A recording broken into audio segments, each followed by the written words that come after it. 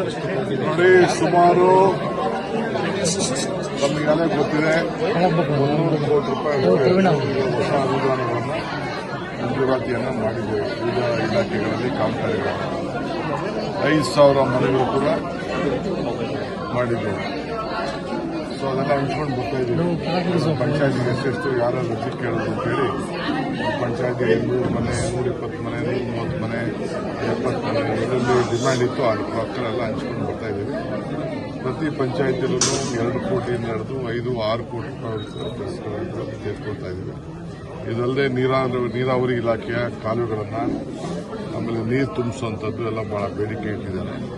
ಅವೆಲ್ಲ ಕೆಲಸಗಳನ್ನು ಅಟೆಂಡ್ ಮಾಡಿಕೊಂಡು ಬರ್ತಾ ಇದ್ದೀವಿ. ಒಂದಿನ ಆಲೆ ರಾಮಲಿಂಗಾರೆಡ್ಡಿ ಅವರು ಬೆಳಗ್ಗೆಯಿಂದ ಸಾಯಂಕಾಲದವರೆಗೂ ಡಿಸ್ಟ್ರಿಕ್ಟ್ ಕಮಿಷನರ್ ಅವರು ಮಾಡಿದ್ದಾರೆ. ಈಗ ನಾನು ರಾಮಲಿಂಗಾರೆಡ್ಡಿ ಅವರು ಹೊರಟಿದ್ದೇವೆ. ಒಂದಿನ ಸೈಟ್ಗಳನ್ನ ಬಂದು ಹಂಚಿದ್ದೇವೆ.